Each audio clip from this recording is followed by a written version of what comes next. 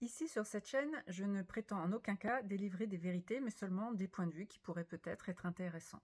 Aujourd'hui, j'ai envie de vous parler des blessures de l'âme. Je trouve que c'est pas très bien nommé, parce qu'en fait, ce qui est blessé, ce n'est pas l'âme en elle-même, mais plutôt le personnage que vous incarnez, l'être humain que vous êtes, votre ego, en quelque sorte. Effectivement, l'âme, elle vit des expériences à travers l'humain que vous êtes, mais elle n'a pas de blessure.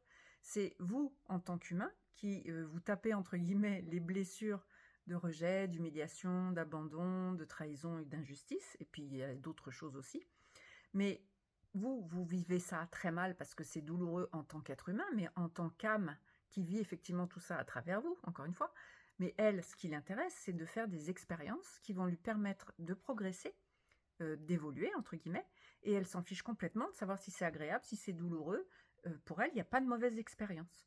Du coup, vous souffrez quand vous êtes incarné en tant qu'humain, et vous voulez vivre autre chose, c'est pour ça que vous cherchez à manifester amour, gloire et beauté, comme dans la série américaine. Mais si votre âme, elle, n'a pas décidé d'expérimenter amour, gloire et beauté, vous, en tant qu'être humain, vous pourrez toujours, avec votre mental et votre ego, essayer de répéter des phrases, d'écrire, de visualiser ou je ne sais quoi, quelle technique de manifestation. Ça risque de ne pas marcher, parce que c'est pas dans votre programme, c'est pas ce qui est prévu. Enfin, pas dans le programme dont je vous parle souvent, les conditionnements. D'ailleurs, ça aussi, c'est un frein. Mais c'est pas prévu par votre âme de vivre ça ici, dans cette incarnation, en tout cas dans cette vie-ci. Si c'est le cas, effectivement, vous pourrez toujours affirmer, scripter, vous rouler par terre, affirmer toute la journée, ça risque de ne pas marcher ou de ne pas durer si vous arrivez à obtenir quand même certaines choses.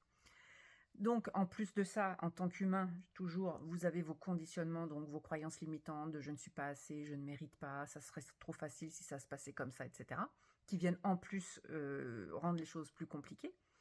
Ce qui explique que beaucoup d'entre nous avons du mal à manifester la vie rêvée que nous désirons. Mais la vie rêvée que nous désirons, elle est souvent beaucoup dans l'avoir et pas tellement dans l'être. Alors que l'âme, elle, à son niveau, au-dessus, c'est dans l'être que ça l'intéresse d'expérimenter. Donc il y a tout ce point de vue-là qui peut vous expliquer aussi pourquoi c'est compliqué de manifester votre vie rêvée. Ça, c'est un point de vue.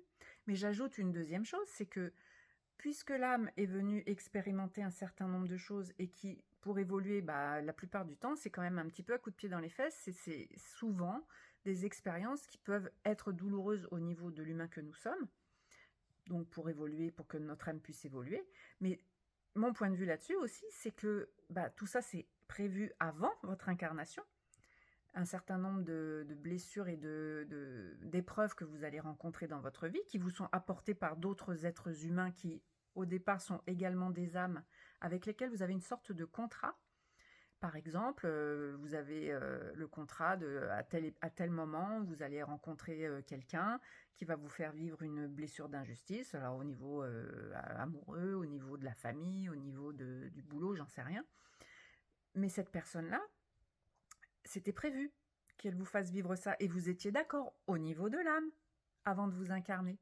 Donc, à la limite, c'est presque quelqu'un qui va vous permettre d'évoluer, qui va permettre à votre âme d'évoluer.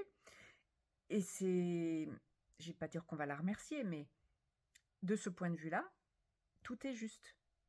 Et le fameux tout est juste, ça veut juste dire ça, ça veut dire que c'était prévu, que vous étiez d'accord, parce que quand on est là-haut, entre guillemets, que notre âme, elle est en train de faire ses petits contrats de je vais vivre ci, je vais vivre ça à travers l'incarnation que je m'apprête à faire, je veux dire, il n'y a pas de vision de ce qui va être difficile ou pas, y compris avec les personnes qui vont vous faire vivre ces épreuves-là.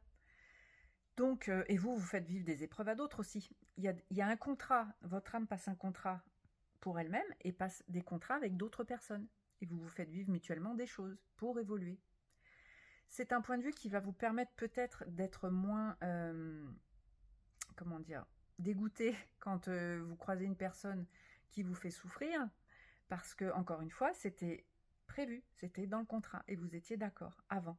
Maintenant, en tant qu'être humain, évidemment qu'on ne se laisse pas marcher dessus, qu'on ne dit pas merci et qu'on ne tend pas l'autre joue quand on nous marche trop dessus, parce que peut-être que l'épreuve ou l'expérience que vous êtes venu faire, c'est de vous affirmer et de savoir dire non.